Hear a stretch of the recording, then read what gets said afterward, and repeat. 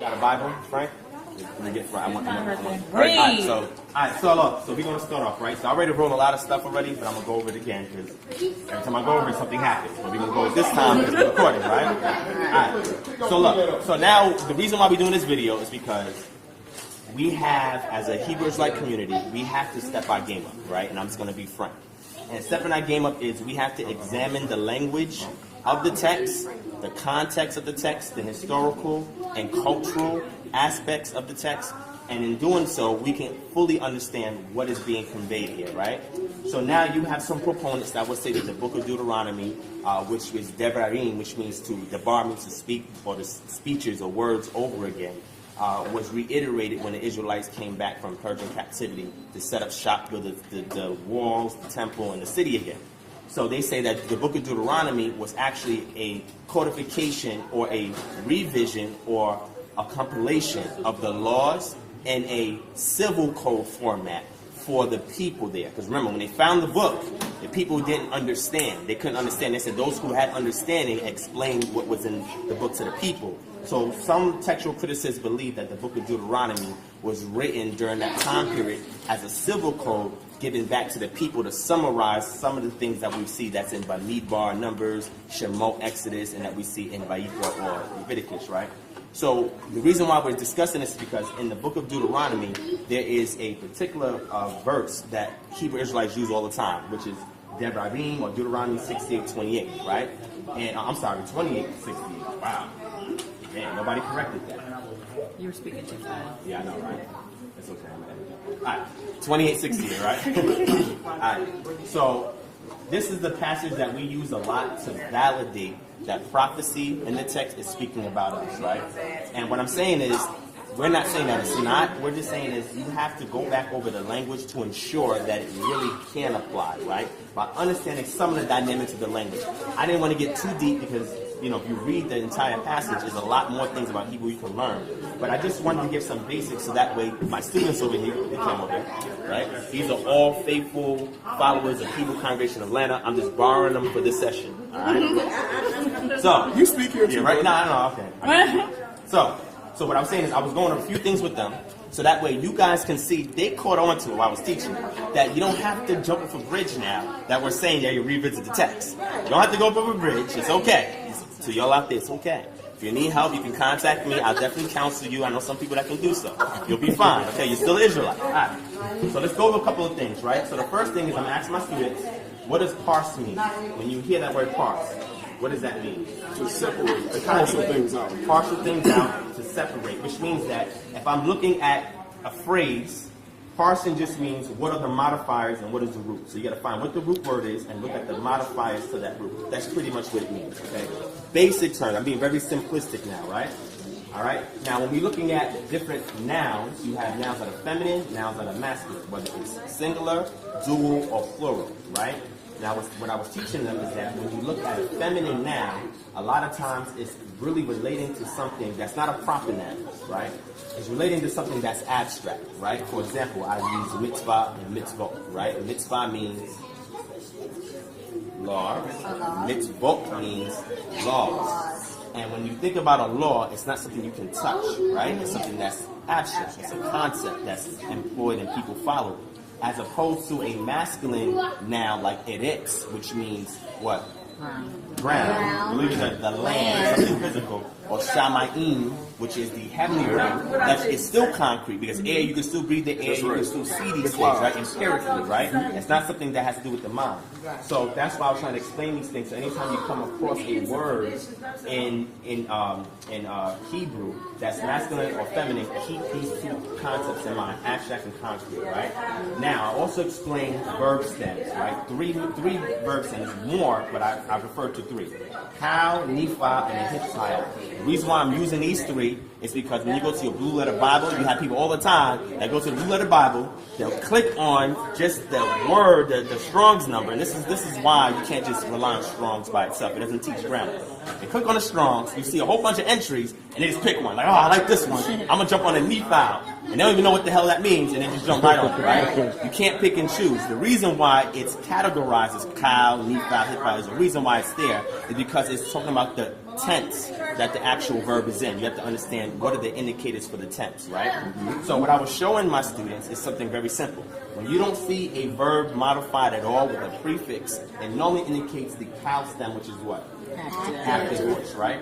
When you deal with the Nephi, you'll see the nun and the hirik affixed to a verb, which will indicate the Nephi stem, which means what? Passive. So active means the subject is doing the action. Passive means the subject is doing the action to himself. And the Hittite is almost the reflective voice, and it's almost like the subject is talking about themselves in a third person almost, or reflecting on themselves, right? So that's the Hittite. And there's indicators for each one of these. So I showed them that the indicator for Hittite is very easy. You look at the first four letters, which is H-I-T-H, right? So you're going to look for a hey, and you're going to look for a tav, right? And then you're going to look for the hirik underneath and the shiva underneath the tav. This will indicate for you when you have a Hittite. Hith. Hey, hirik, tav. Hey, hirik, tav. Hittite. And that means the reflective voice, or when the subject is talking about themselves in the third person, almost like reflecting, right? So now, learning a couple of these things, the last thing we want to touch on is what's called the consecutive wav, right? And that's mostly, you're only going to really get that in biblical Hebrew because it's almost something that's an attribute of literature, right? Almost like poetry. Okay. When you look at Shakespeare and Old English and the way he writes some of his words, you don't really say those in colloquial speech the way it's phrased, right? Because it indicates it's a piece of literature, and that's almost what we get the same sense, it's the narrative sense when we're dealing with Hebrew, right? You don't really have this in colloquial modern Hebrew, right?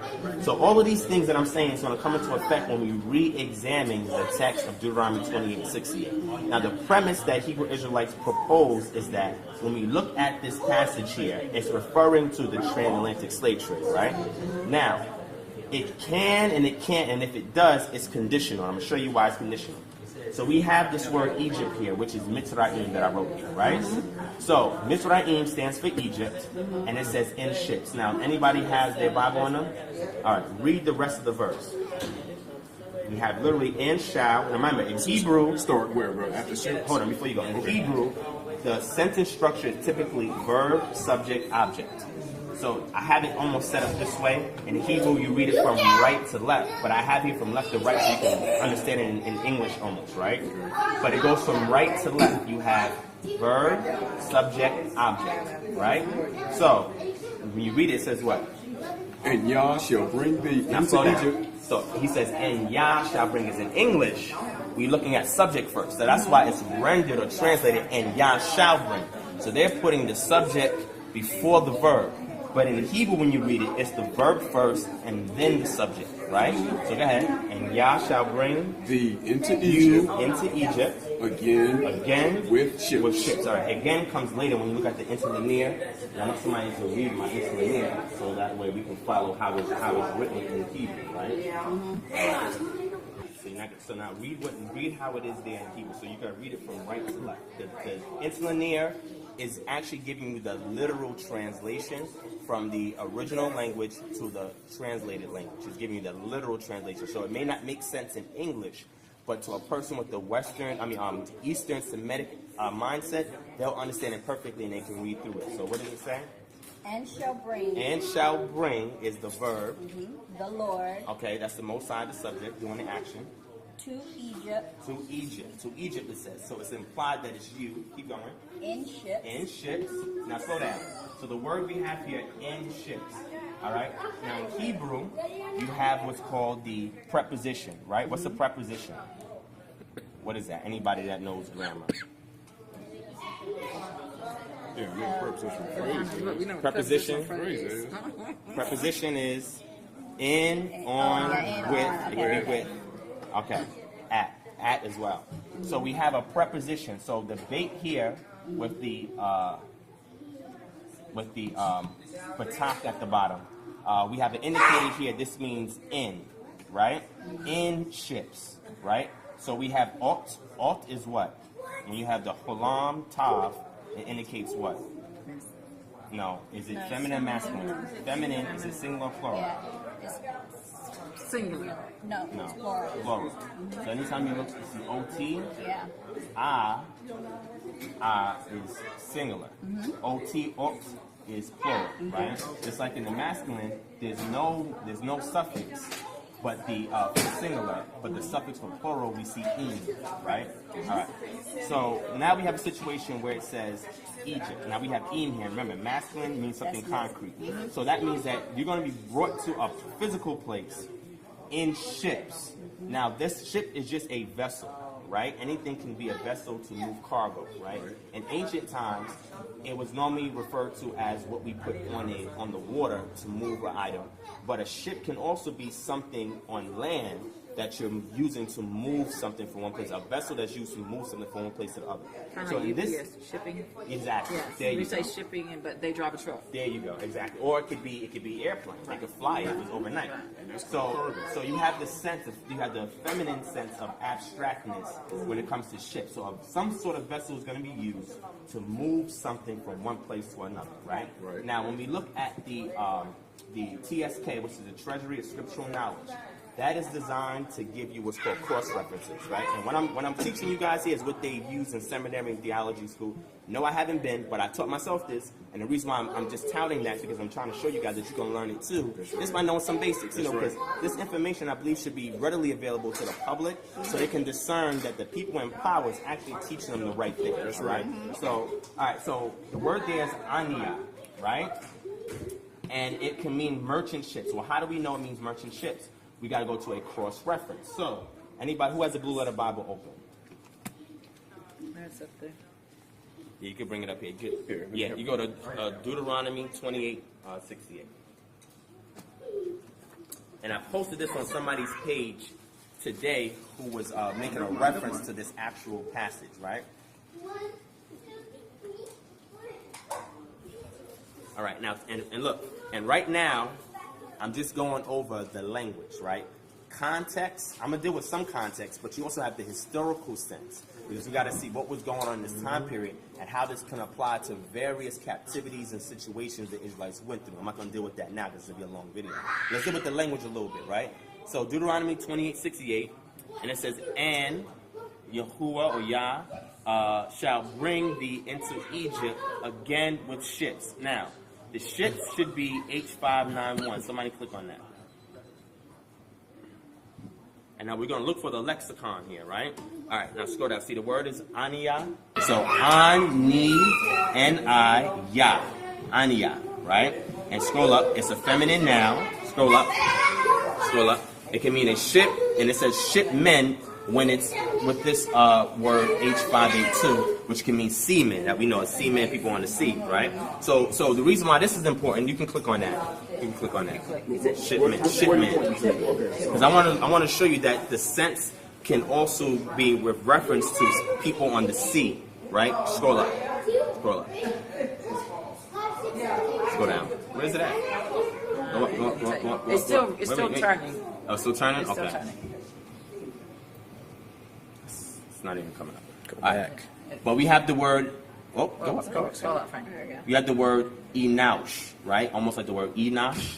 Enosh. And that means what? What does the word Enosh mean? Enosh actually means something.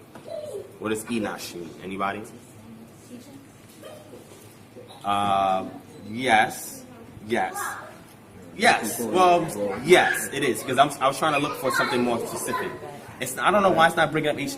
Type in H582 up here. Anybody? Enosh means a male that's a pilot that's navigating. So when you have Enosh here and you attach it to that word ship, Ania, it means a man that's piloting or navigating the ship. That's how you get the word ship, men or seamen, right? See? Of a man.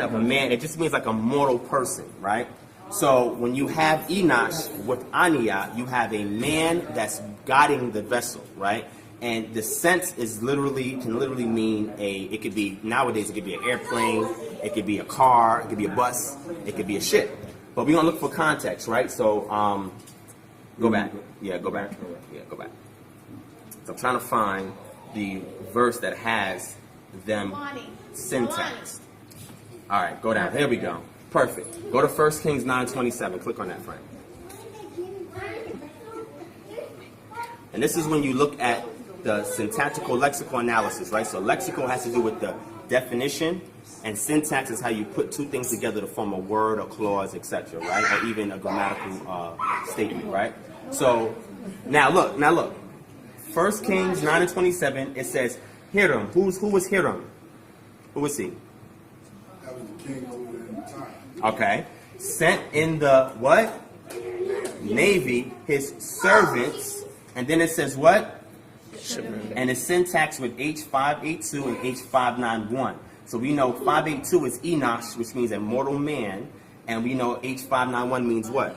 A ship or a vessel. But we have this word in the Navy. So click on H590. This is why context is important when we're looking at other passages, right? This is why the TSK, the Treasury of Scriptural Analysis, is good for cross-referencing, right? All right, so go down. Go down. It means a navy of ships, a galley, a fleet of ships. Let's go down. Now, another important thing, and I'm going to show you this when we go back. Gesenius Hebrew Chaldee Lexicon. Scroll up. Now, the reason why this is good is because this is giving you the sense and the different passages of the application of that word. That's what a lexicon normally does. It gives you the definition of the original language. It says commonly a ship, or rather collectively a fleet, right? And it gives you the Arabic word as a vessel, especially a water vessel, urn, pitcher, so-called from holding and containing. So we said merchant ships, holding and containing, right? Compare conjugative words signifying ships are often taken as in English. Now, when you conjugate this particular word, you give it more of a sense and literally trying to nail it down specifically to what that is doing and what it's for. Words signifying ships are often taken as in English from those. Click on this. And if you go to the Blue Letter Bible, I encourage you to click on the lexicon, right? From those, go up. Yeah, there we go. From those meaning vessels, compare the Greek milk pile and ship. Who wrote this, blah, blah, blah. 1 Kings 9:26, which we're reading, 10 and 11, where it is joined with a verb, a masculine verb. Verse 22, Isaiah 32 and 21, in both these places with a feminine. In all these passages, it appears to be, a collective to which answers the noun of unity according to the analogy of nomina, visis, et, singulari, titius in Arabic as one stalk of straw. So when we're talking about a collective. So a fleet in the Navy is normally recognized as one unit. Even the word echad can mean part of a unit of things, right? So I don't want to get too far from this, but let's go back. Now the reason why that's important is because we're looking at syntax, right? We want to see what this is referring to, right? So it says, and Hiram sent in the Navy his servants, shipmen that had knowledge of the what? Sea. So the word sea in Hebrew is what? Yam. So we have a yod. Go down. I'm sorry, Frank. Go to the top again. Okay, you have a yod, you have a kamet, and you have a final mem, right? Yam, that literally means a sea, right? And in the Ugaritic text, this was a deity of the sea, like Poseidon in Greek mythology, right? It's like Mut means death in Hebrew. It was a deity that was over death, right? And we look in the Ugaritic text, right? But scroll down. I want to show you what this means. All right, this means, it can mean sea, and most of the concept, go up. It can mean sea, and 321 places it means sea. But yam literally gives you the implication of a sea or a body of water. So you go back. So we have a fleet or unit on the sea, and it says shipmen. We have Enosh, the root word, and the word ania. Ania means ship. Men means, or we could do a plural, but Enosh, the root word means men. Shipmen that had knowledge of the sea, right here, with the servants of Solomon. So now we know when we look at this word ship, at least when we have a syntax with this word Enosh, and look in the context of navy and sea, the implication that this vessel, which is abstract, is literally referring to a vessel that is on the sea. Are you following me? Yes. Okay, so let's go back. And what I just did was contextual analysis, right? So syntactical lexical is looking for various words, how they syntax. Contextual analysis is reading the whole passage and these various words that you just define and syntax and how they work together to give you a better understanding. And contextual analysis will also be reading the entire chapter if you don't understand a verse, or you can read maybe the entire book also to give you more context, right? All right, so you got ships. All right. So now we have ships. Now remember, we said ships was feminine, right? We have up there, which means feminine plural. And ships also, again, is the abstract sense of a vessel, something that's used to move something from one place to another, right? So it can mean, in this case, we don't see water. We don't see water here, right? We don't see Enosh or a man involved in steering this ship, right? We don't see the word navy that we looked up there. So this sense can mean anything. It's really ambiguous. It can mean a vessel on the sea, a vessel on the earth, or any kind of vessel, right? So we want to deal with Egypt, right? And shall bring Yahuwah or Yahweh Egypt in ships, right? So he's going to bring us back to Egypt in ships. Read the rest of the passage again, because I want people to see the context, right? After defining the words. So the context is, it says what? By the way whereof By the way whereof I spake. Keep going. unto you. Unto you. You shall see it no more. Slow down. Again. So why the Most High is saying that he's going to bring you back into Egypt ships by the way that I spoke to you, that you would see it no more again, because the objective was to get Israel out of Egypt. They become a separate nation without having to go back to Egypt for sustenance or anything else. Because remember, the Israelites who was in the wilderness disobeyed, and they wanted to go back to Egypt, which means that they will be putting themselves back under subjugation of another nation over them because they didn't trust the Most High to sustain them in the wilderness, right? So the reason why we're saying this is because the Most High said, listen, I brought you out of Egypt, not to send you back. I brought you out to be independent, sovereign, to be sustained by me, keep my statutes, laws, commands, to be a separate nation, etc. Yeah. But the problem was, because of our disobedience, he's going to bring us back into Egypt, right? Now, again, we have it in the masculine plural, which can mean literal Egypt. But when we read the overall context, somebody read Deuteronomy 28:36.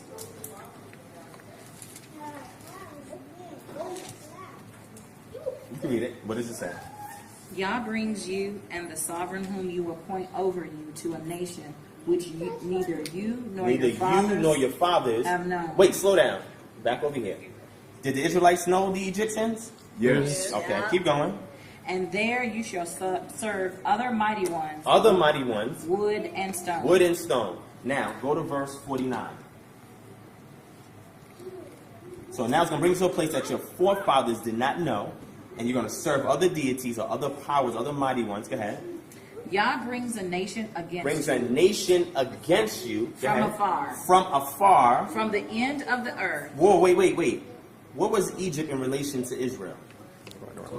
You can go right through the Sinai Peninsula and get right there, right? Around the block. All right.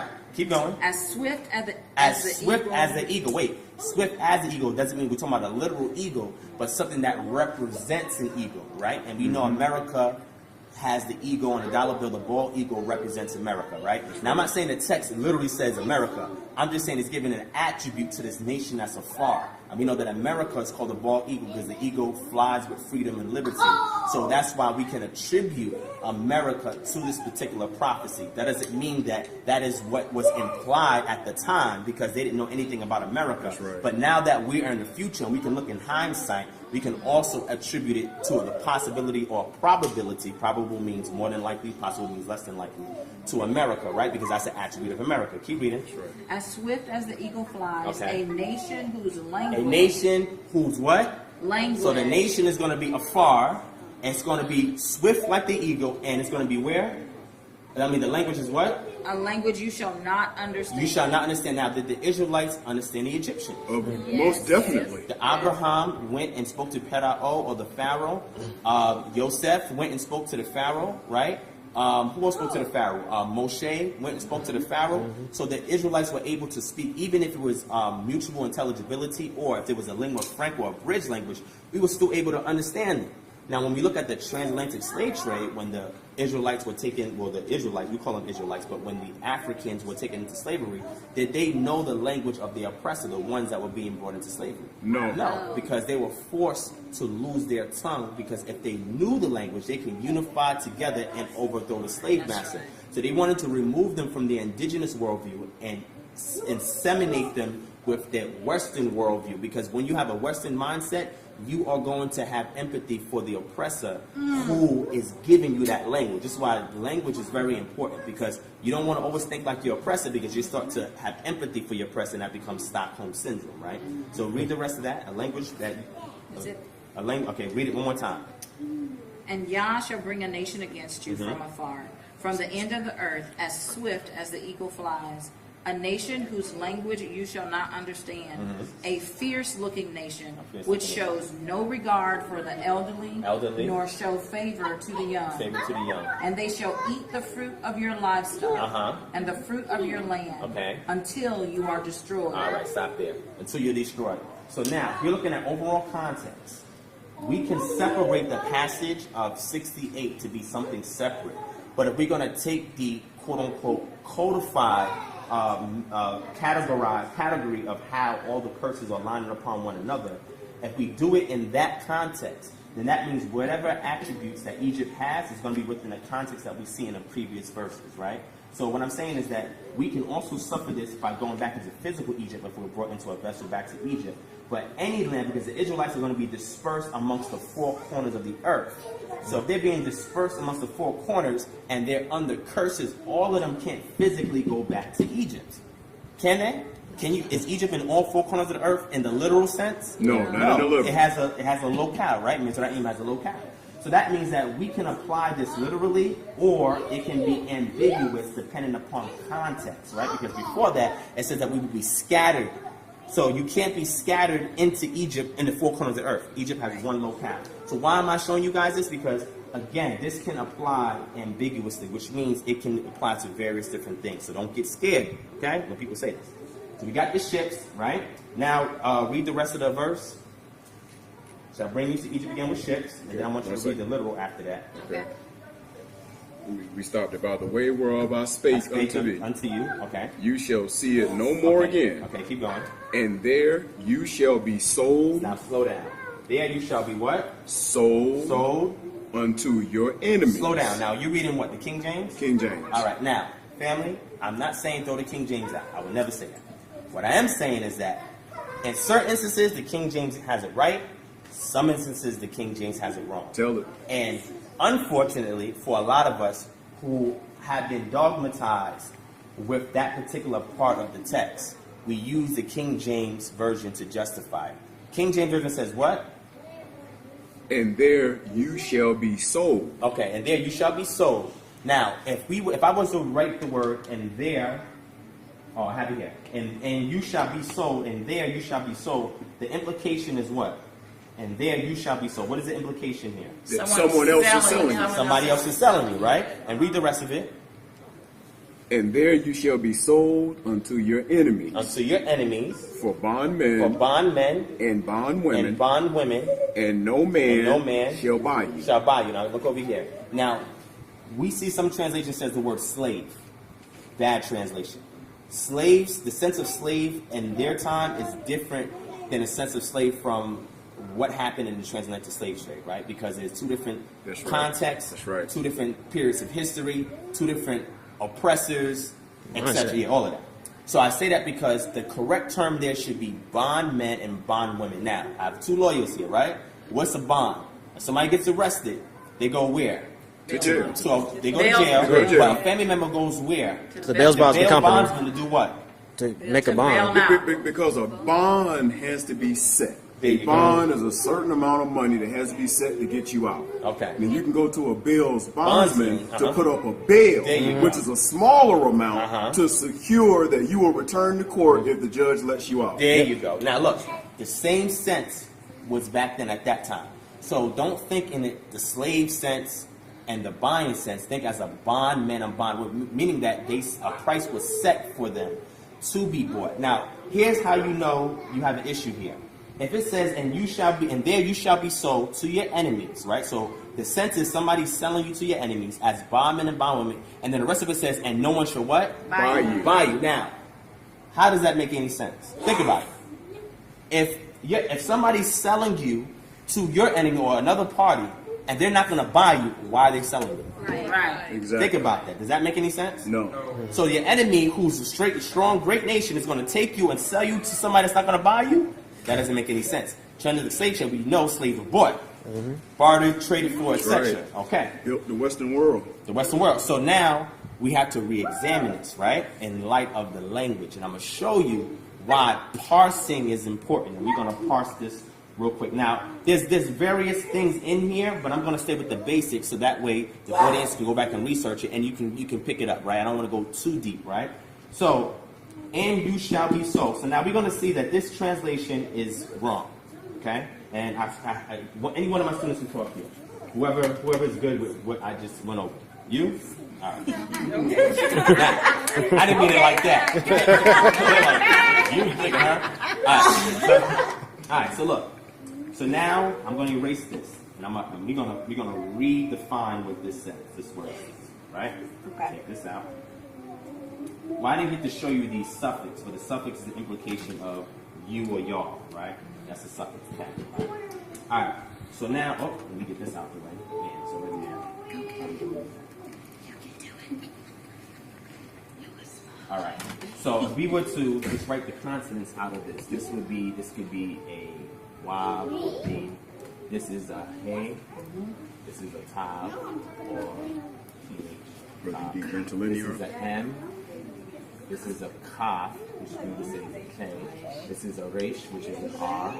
We take care of our people here at the congregation, Hebrew Congregation of the Yes, We got the research, we got our speakers, we got our elders over here. Whatever you need, we take care of our people here at the Hebrew Congregation of the A brief commercial. Right. After this commercial, right? And you have C. This is how I transliterated it, right? I forgot the answer. All right. So before we get into this transliteration, I want her to identify certain things, right? The first thing I want to identify is, what did I say this was? Shiva, consecutive Shiva. No, not consecutive Shiva. I mean, just this symbol, the diacritic mark. Oh, You said Shiva, right? Yeah.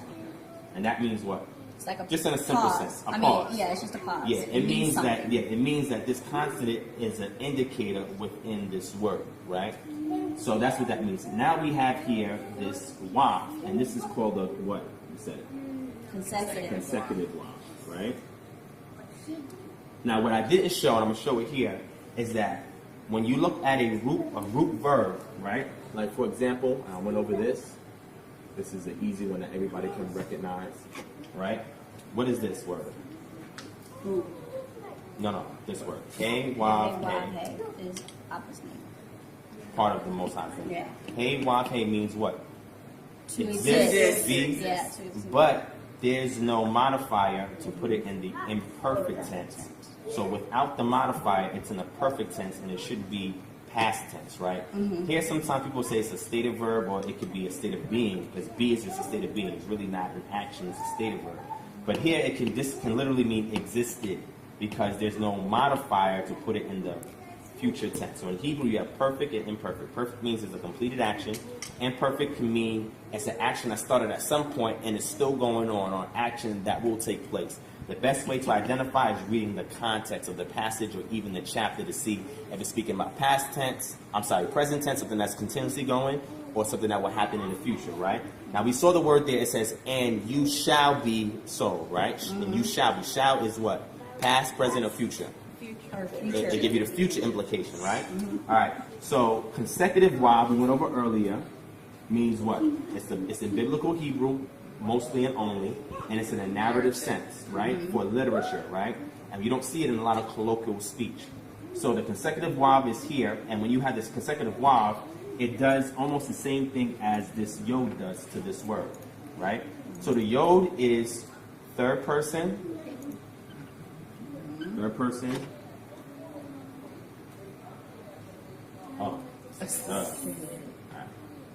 and this is how you see it sometimes in some. It'll be like this, right? So this means third person, masculine, singular, right? So this is number, gender, and person, gender, and Tense. number, right? So person, gender, number. So third person would be he, she, they. Masculine, here it would mean he. And singular won't be they, it would just be he, singular, right? So third person, masculine, singular. So when you add this here, this also puts it in the imperfect tense. So before, it could have been existed, but now when you modify it, it says he will exist, right? So that's the modifier. Now the consecutive while does the same thing. The root word will be perfect tense. Anytime you have a verb that's not modified with a prefix, it's in the perfect tense. When you modify it, most of the time it'll be in the imperfect tense. And the consecutive while puts it in the imperfect tense. Okay? So that's the first thing we want to see. That means whatever the regular state of this verb would be, which would be perfect, the consecutive while makes it imperfect. The next thing is this right here, the hey and the top, right? So the hey and the top is a modifier, right? So the hey and the top, we went over 3 different verb stems, right? We went over ka, which is the active voice, nephi, which is the passive voice, and the hitpayah, which is the reflective voice, or the person talking about themselves, or doing the action with themselves in mind, reflective. So now that's indicated by the hey, the hit it, which is it, and the top. And anytime you see hit, it indicates the hitpayah. So bring up The Bible letter. the blue letter Bible. So I want to show people the error a lot of people make with the Hebrew language, right? When trying to click on it, we're trying to explain certain things, and this is a perfect example. So the first thing is, it's already, yeah. All right. So I want you to click on H4376. All right. Now, what was I saying? Okay. So what a person will do is they'll click on H4376. This is why knowing Hebrew grammar is important, because if you don't know Hebrew grammar, you won't know how the root word is modified. Right. So what I teach people is that, how do you find the root word? You first have to understand the prefixes and the suffixes. So the root word is what? Makar. Point out to me. Where is it? Oh, Right here. You got it? Can you see? Yeah. You got it? All right, so the root word is what? Makar, right? Yeah, M-K-R, right? Makar. And then we have what here? Okay, which means that we have this. This means something. We have this. This means something. We have this, and this means something. So when you look up the Strongs will only give you the root. It's not going to show you the other modifiers to this verb. And that's very, very important, because a lot of times when you try to decipher the language and you're reading the text, the first thing people do is they'll go straight to the Strong's Concordance.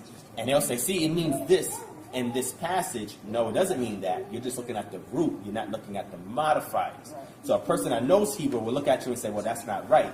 That's just like if you look up the word, if I'm speaking a sentence and I say, Jane has understanding of the Bible, right? And let's say there was a Strong's next to the word understanding. And we go to the root, and the root gives us the word understand. And we would say, if we go back to the sentence and see here, it says understand. If we didn't know the language, we say, see here, it means understand. And somebody who knows the language says, wait, it doesn't mean just understand. You have ing, which is the present participle that's added to it.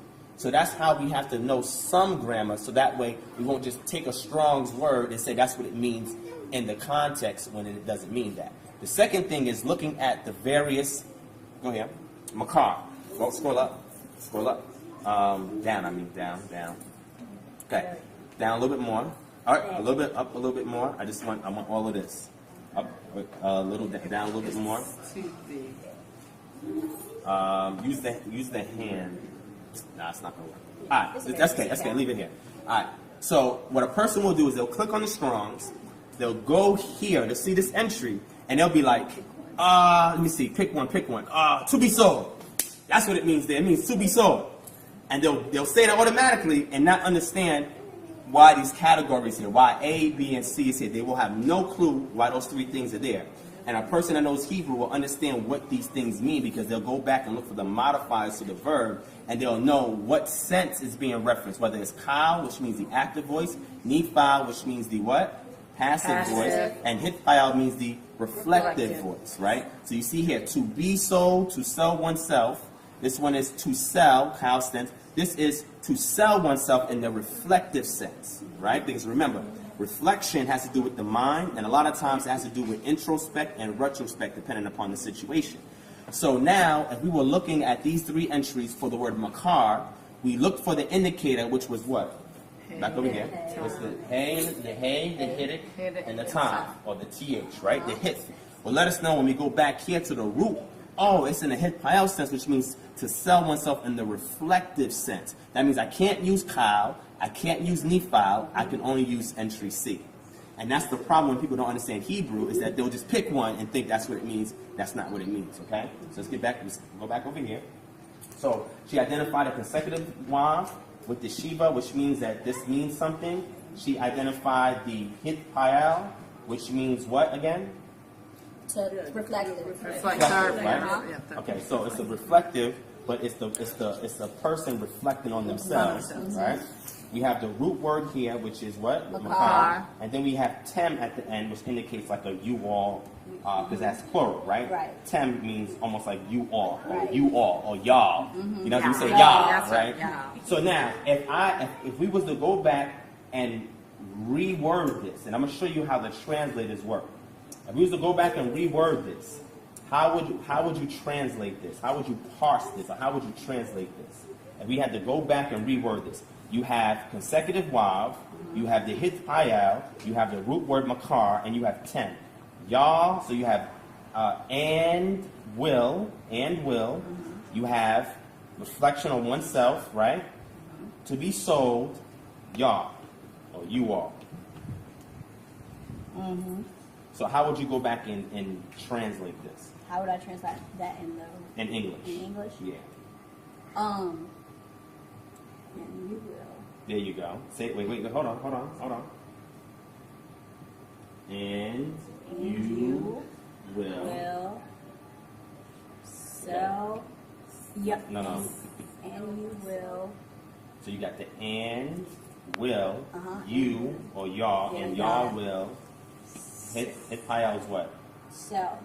No. Makar is Reflective. reflective. Reflect. Myself. Oh yeah, myself or me. No, or I. or ourselves, or yes. and you will sell yourselves. Yourselves. So like yourself. Yeah. Okay. Yourselves. And so now this is added onto here, right? So and you will sell, the root word sell, yourselves, your own selves. Yeah, your own selves. So and you will yourselves. sell your own selves. selves, right? And you will Your sell own your self. own selves. But I would translate it as, instead of saying you will sell your own selves, it's almost something like the passive. I would say, and You you sell will, yourselves. yeah, And you will and sell you yourself will, as well. and you will offer. Offer. Oh. Right? So reflective is more contemplative in the abstract sense, right? As opposed to a physical selling off. So reflective is, and you will offer yourselves. Offer. So there would be more of an offering than a literal selling there, because it's in a reflective sense. Okay. If it was, and you will sell yourselves, it would almost be like a nifal sense, right? Which we see up here. But here is more like an offer, something that's abstract, something that's like a deal that you're doing Yeah. as a, like I said, when you go Giving in, yourself away. exactly, there you go, like a job interview, right? You have, you're right. You have a resume, and you are there to sell the resume or sell yourself Yeah. to the person that's going to hire you or the buyer. So you're offering, you're making an offer to them of yourself. So you're not literally giving yourself or selling yourself to them. There's no transaction, literally, but it's an offering of yourself. Right? In a reflective sense, it's an offer, right? That's more reflective. Nifal would be more physically, I'm selling myself, right? Almost like prostitution, and you'll see that sometimes in some other places with prostitution, it'll give you the sense of it, right? So here's the end, you will offer yourselves, and you will offer yourself. So no longer you will be sold to your enemies, but and you will offer yourselves to your enemies. And then the rest of it says what? You can click back. As what? As bonds. As bondsmen and bondswomen. Not slave. Bondsmen or bondswomen, because the offer has to do with a price. Right. And I gave an example of that looking at Ruth and Naomi, right? And you had a kinsman redeemer, right? And his job was to do what? What's the kinsman redeemer job was to do? Buy you back. To buy back. Right. So a purchase or a transaction is being made, correct? All right, so a bondsman, a bondswoman, so you're offering yourself for a price. A slave is just giving themselves. And somebody just take them. Sometimes you can buy slaves, sometimes you don't have to buy a slave, right? And because it could be a spoil of war, right? A war, you can go in, fight a war, and you take the spoils. They're not selling themselves to you. You're actually just taking them, right? That's right. So a bondsman is more specific. So bondsman, bondswoman, and what? And no man shall buy you. And no man shall buy you, right? Click on H7069. Redeem. There you go. Redeem. Purchase. Redemption for a price, right? Or it could be higher if you're offering yourself. All right? So we have the word kana there. Kana. Go down. Slow. Buy, get, purchase, possessed, owner, recover, redeem. But in most senses, it means buy or transaction, right? Now slow down. Okay. Now also we have here the cow stem. Keep going. The nephal stem and the hithal stem. And now the hithal stem is a causative action, right? Because you can have the causative active voice and the causative passive voice, right? Go back to the verse. Okay. And it says, and no man shall buy you, right? So no man shall buy you. So we're talking about a man, no man shall buy you. We're talking about, you have to read the last two at the bottom. And no man shall buy. Okay. And no man shall buy. The implication is you, right? And no man, Oh, I was trying to go to the end. it's okay. And no man shall buy you. Now, we looking at the King James, and we see a word italicized. What does that mean? It was added into the text. Added for context. That means it's not originally there, okay? Right. And it says, and no man shall redeem, no man shall purchase, no man shall buy you. Now, if we was to look over this again, and the Most High shall bring you into Egypt, which we said can mean literal Egypt based on the wording, or it could be symbolic of Egypt based on the context, again, with ships, and we said the word ship is a feminine, abstract noun regarding to a vessel transporting something from one place to another. Contextually speaking, if we don't see water, if we don't see navy, if we don't see anything like that, it can be ambiguous. It can mean a ship on the land or a ship on the water or a vessel for moving something from one bay to the other. He says, by the way whereof I spake unto you, you shall see it no more again, because the Most High says, my objective is to purchase you out so that way you won't go back to Egypt. And he says, and there you shall be sold unto your enemies. Again, it's not and you shall be sold unto your enemies, but the selling action is being done by who? You, the people under the curse. They are offering themselves for bondmen for a price, and no one should buy you. So now, if we say that this refers to the transatlantic slave trade, okay, we're going to say that's ambiguous because there's other places in history where the Israelites were actually brought back into Egypt again, into captivity. Greco-Roman period is one example of that. And also, remember, the Israelites were spread across the four corners of the earth. That's why we also said that Egypt here can mean the land of captivity that we see in other references in the scriptures, and it can mean a place of bondage, right? Which ships, by the way, wheref I spake unto you, that you shall see it no more, and then you shall sell your own selves or offer your own selves unto your enemies for bondwoman, and no one shall buy you. So now, if I'm looking at this last part, I can't say this part right here is referring to somebody selling us anymore. We're selling ourselves. When we went into captivity, right, off of the coast of Africa into America, we were not selling ourselves. We were being sold by somebody, right? So this part right here can no longer make a direct reference to that action. But if we was to take this and apply it to the atrocity that happened to us here in America as black people, in what sense can you apply offering ourselves to our enemies and our enemies not buying us, not redeeming us, not dealing with us, not hiring us? In what sense could this be applied in America and the plight of blacks in America? How can this be applied? And I mentioned it before. Say again? There you go. Put the camera on this brother right now. Say again? Employment. All right, bring it back. Employment. So now what I said was, this can still apply to us if we look in the sense of employment. Now remember, there were slaves that was in America. Majority of black people were slaves that was in America. And we weren't slaves. We were under the slave master who used us to do plantation, build houses, make vineyards, all types of stuff that we never really got to enjoy formally, right? And then after slavery, you had the Emancipation Proclamation, the Civil War, etc., etc., and then you had the 13th Amendment, right? Now, we was considered free, but were we really free? No. Because now, after we were released, you have a huge portion of disenfranchised blacks that just hanging around. Now, what happened was black codes were enacted via the politicians in the South and the ex-slave masters. And the purpose of the black codes was to disenfranchise the blacks from finding work.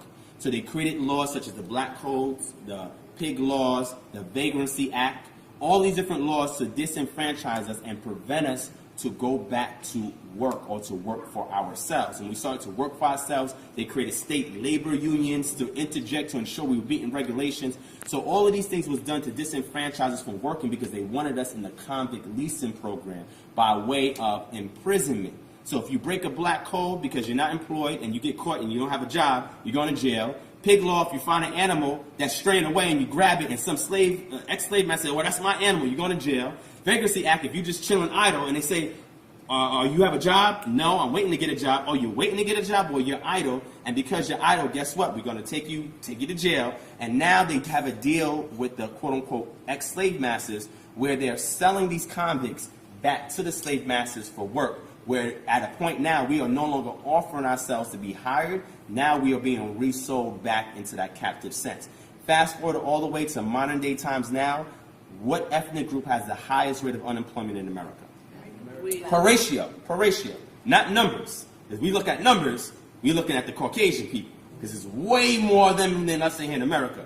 But ratio-wise, our community has the highest rate, disproportionate, highest rate of unemployment, where we're trying to go and offer ourselves for somebody to hire us, and people are trying to understand. We go to college, we get this degree, now we're looking for a job, and now we have a huge issue. We got all this debt, all this other situation. Remember, that's the creditor-debitor relationship. It says that if you follow my statute, laws, and commandments, you will be the lender and not the borrower. You'll be the creditor and not the debitor. But if you don't, now is a situation where it's reversed. Now you're the debitor putting yourself before the creditor. And a lot of times we do the same thing when we fill out applications for store credit cards, regular credit cards, loans for homes. We're always the borrower and never the lender. But when we get back to the statute, laws, commandments and understand the relationship that we need to have with other elements and corporations of society, we want to put ourselves in a creditor status so that way we won't be the debitor. And that's just a way for us to get breathing room, like my brother back there said, and that's shout out for the upcoming lecture, Brother Uzi Yahoo, breathing room to allow us some degree of quality of life and survival until we get redeemed out of this captivity.